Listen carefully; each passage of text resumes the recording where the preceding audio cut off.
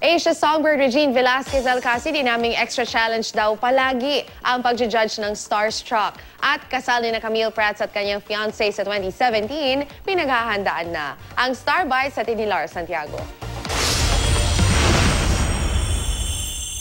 Matapos ang engagement itong July, nagsimulan ang preparations para sa kasal ng Kapuso TV host actress na si Camille Prats at kanyang fiancé na si VJ Yambao.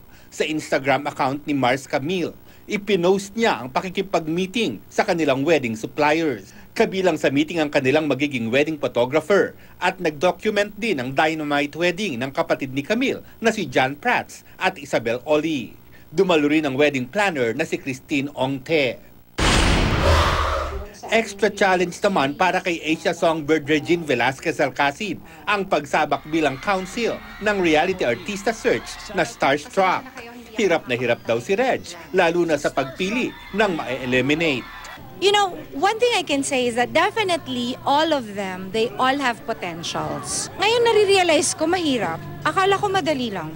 Para kay Regine, bukod sa looks, tinitingnan din daw niya ang talent para magstay ang isang hopeful sa kompetisyon.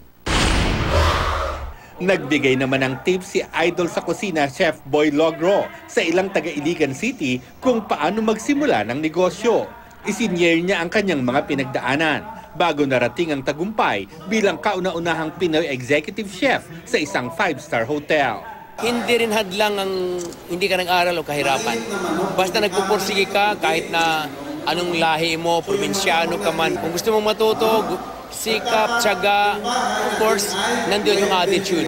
Nagturo rin si Chef Boy kung paano magluto ng adobong puti. War Santiago, GMA News.